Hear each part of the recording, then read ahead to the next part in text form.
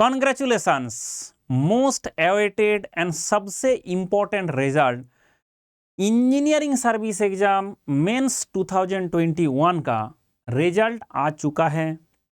And चाहे आप mechanical का हो, चाहे आप सिविल का हो, इलेक्ट्रिकल का हो, इलेक्ट्रॉनिक्स का हो, सबके लिए ये बहुत खुशी का बात है।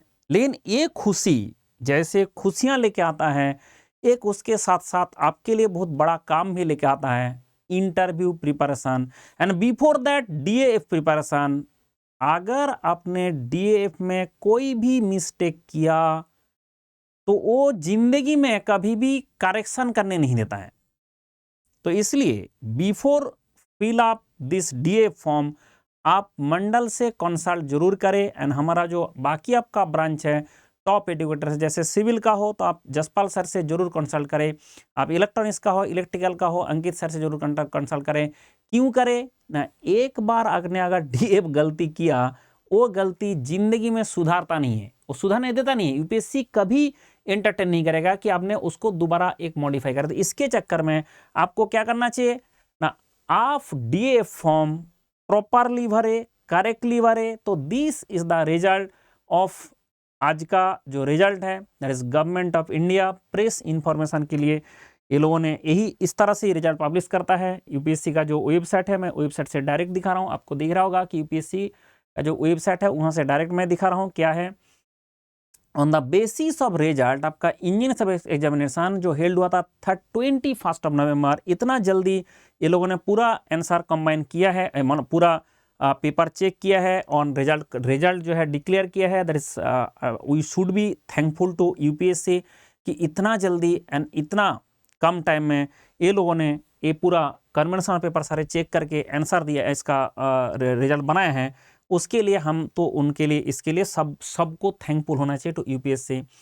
लेकिन जो सबसे इंपॉर्टेंट बात यहाँ पे लिख के दिया है वो बात ध्यान रखे कि यूपीएससी ऑनलाइन में जाके यूपीएससी online.nic.in में जाके आपको 27 मतलब आज से एंड 7 जनवरी का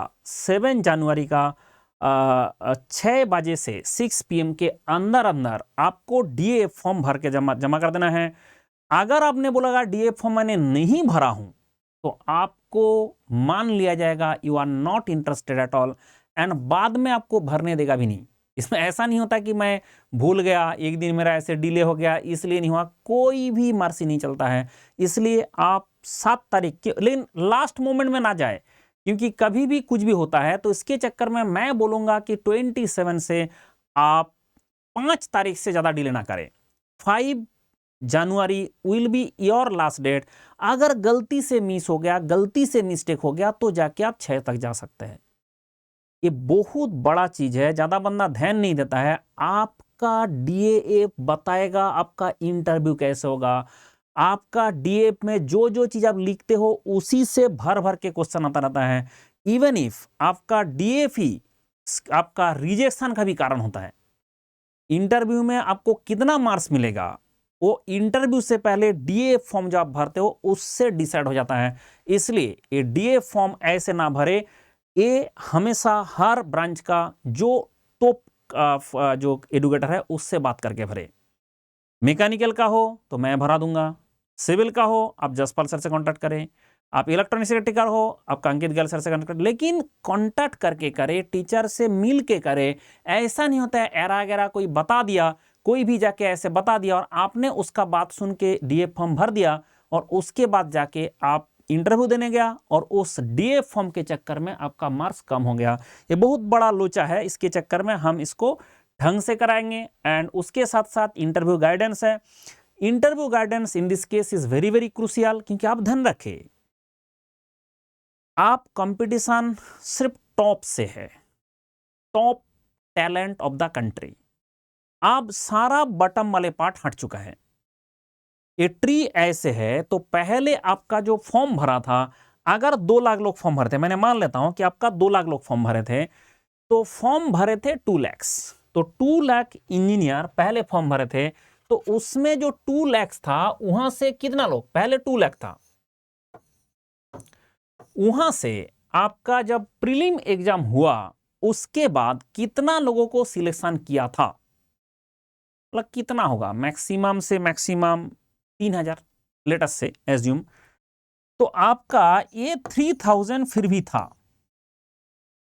अब रिटर्न इसका रिटर्न के इसके बाद क्या हो गया कि अब जाके इसमें कितना बचा ना, मान लिया जाए सारे ब्रांच मिला के आप कितना होगा 700, नॉट मोर देन दिस, मैंने काउंट नहीं किया 700, मतलब क्या हो गया अब आपका कंपटीशन, जैसे आपका ब्रांच का देखो, जैसे मैकेनिकल ब्रांच में ओनली 96 कैंडिडेट को सिलेक्ट किया गया, तो पूरा कंट्री से 96 मैकेनिकल इंजीनियर को सिलेक्ट किया गया, आपका उसके साथ कंपटीशन है।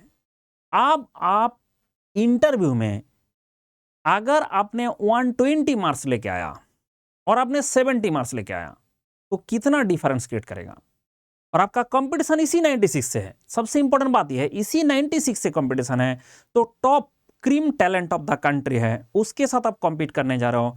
यहाँ पे एक गलती भी माफ नहीं है, अगर आपने यहाँ पे गलती किया तो आप पूरा सिस्टम से आउट हो जाओगे।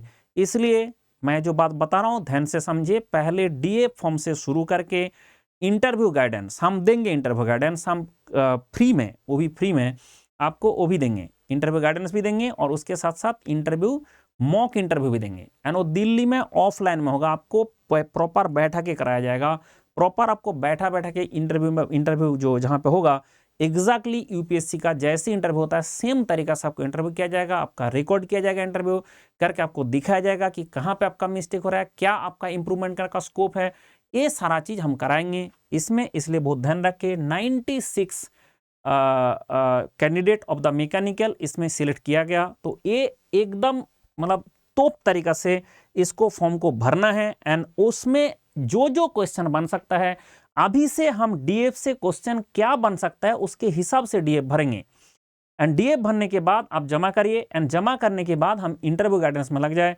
एंड उसके बाद पर्सनल टेस्ट का डेट आपको अभी तक नहीं दिया है कब होगा, बट वो बता दिया जाएगा, ठीक है, बता दिया जाएगा कब आपका होगा। आपका रोल नंबर के हिसाब से अभी पब्लिश किया गया, and this is the roll number of civil engineering. तो आप अगर सिविल इंजीनियरिंग का हो तो आप देख लीजिए कि इसी लिस्ट के अंदर आपका नाम होगा, इसी लिस्ट के अंदर में आपका नाम होना चाहिए, सिविल इंजीनियरिंग का हो। फिर आप आता है मैकेनिकल इंजीनियरिंग, जैसे ही मैकेनिकल इंजीनियरिंग का बात करोगे तो this is the list and 96 candidate of mechanical engineering जो जिसका सिलेक्शन हुआ है। तो अगर आपका सिलेक्शन हुआ है तो नेक्स्ट स्टेप के लिए आप तैयार हो जाइए। अगर आपका सिलेक्शन नहीं हुआ है, दुखी होने का जरूरत नहीं है, ये रिजेक्शन प्रोसेस है, सिलेक्शन प्रोसेस नहीं है। इसमें भी कुछ लोग रिजेक्शन होंगे, जितना लोग अभी सिलेक्शन हुआ है इसका भी कुछ लोग रिजेक्शन होंगे। तो इसके चक्कर में अगर आपका किसी भी कारण से कमी रह गया तो कहाँ कमी था वो एनालिसिस करे, एंड अभी आपके गेट देना है, एंड उसके बाद आपका प्रीलिम एग्जाम देना है। यूपीएससी का जो प्रीलिम एग्जाम अभी होने वाला है फरवरी में, उसके लिए प्रॉपर तैयारी करें। दुखी होने का कोई बात नहीं, आप एक बार नहीं तो 2 बार नहीं तो 3 बार, सिलेक्शन जो है धीरे प्रोसेस से होता है, बट ये किसी का पहली बार होता है, किसी का सेकेंड टाइम होता है, किसी का थर्ड टाइम होता है, उसके लिए दुखी होने का जरूरत नहीं है, बट पूरा एनर्जी ऊर्जा लेके प्रिपरेशन में लगे रहना है। जिसका भी नहीं हुआ आप दुखी ना रहे, और जिसका हुआ है उसका जो स्टेप मैं बताया हूं वो फॉलो करें। चलो बाय बाय, खुश रहे एंड आगे बढ़ते रहे।